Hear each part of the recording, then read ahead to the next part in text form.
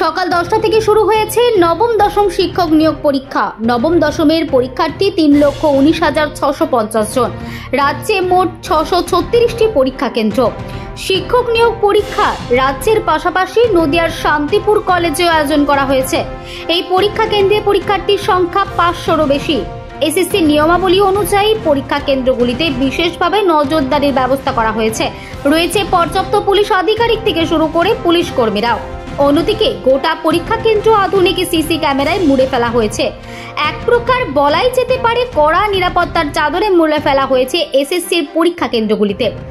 পরীক্ষার্থীরা জানাচ্ছে বুকভরা আশা নিয়ে 8 বছর পর অনেক প্রতিকূলতা কাটিয়ে তারা আবার বসতে চলেছে এই পরীক্ষায়। জীবনের সকল পরীক্ষার আরও একবার সুযোগ পাওয়ায় সত্যি তারা গর্বিত।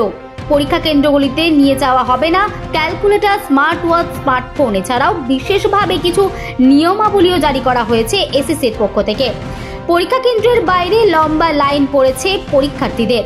বিশেষ চেকিং করেই প্রবেশ করানো হচ্ছে। আর সেই চিত্রই উঠে এলো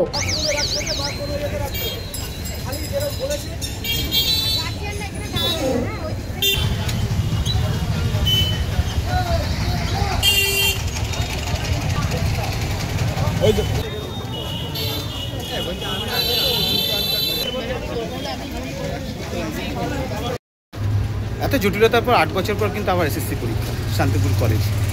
আজকে কতটা আশাবাদী? আশা নিয়েই তো এসএসসি পরীক্ষা দিতে, যাতে আমরা সঠিকভাবে নিয়োগটা পাবো। আজকে সকাল থেকে দেখা যাচ্ছে যে পুলিশি মোতায়েন রয়েছে, নিরাপত্তা অনেকটাই জোরদার করা হয়েছে। আপনাদের চোখে কতটা মনে হচ্ছে আজকে নিরাপত্তা কতটা?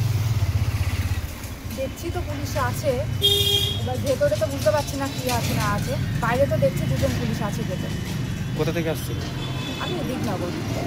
কটা থেকে পরীক্ষা শুরু? 12টা থেকে। পরীক্ষা ক্ষেত্রে কিন্তু বিশেষ কিছু নিয়ম জারি করা হয়েছে, যে নিয়মগুলি এই নতুন, অন্তত 8 বছর পর যে পরীক্ষা হচ্ছে প্রায় অনেকটা নতুন পরিবর্তন হয়েছে। কতটা আশা নিয়ে আজকে পরীক্ষার কেন্দ্রে যাবেন? অবশ্যই আমি প্রথম এই এসএসসি পরীক্ষাতে বসছি, মানে এই প্রথমবার আমি সুযোগ পেয়েছি বসার, এবং আমি অনেকটা আশা নিয়ে এসেছি যাতে আমি মানে ভালোভাবে পরীক্ষাটা দিতে পারবো এবং নিয়োগ স্বচ্ছভাবে নিয়োগটা হবে। যেমন আমাদের নিয়ম আছে যে মানে সব জায়গায় ট্রান্সপারেন্সির একটা ব্যাপার রয়েছে, মানে ট্রান্সপারেন্ট পেন, ট্রান্সপারেন্ট সব কিছু। আমি চাই যেন নিয়োগটা ট্রান্সপারেন্টভাবে হয়, সব কিছু যেন ট্রান্সপারেন্সিটা বজায় থাকে। আপনার নাম? পলি মণ্ডল।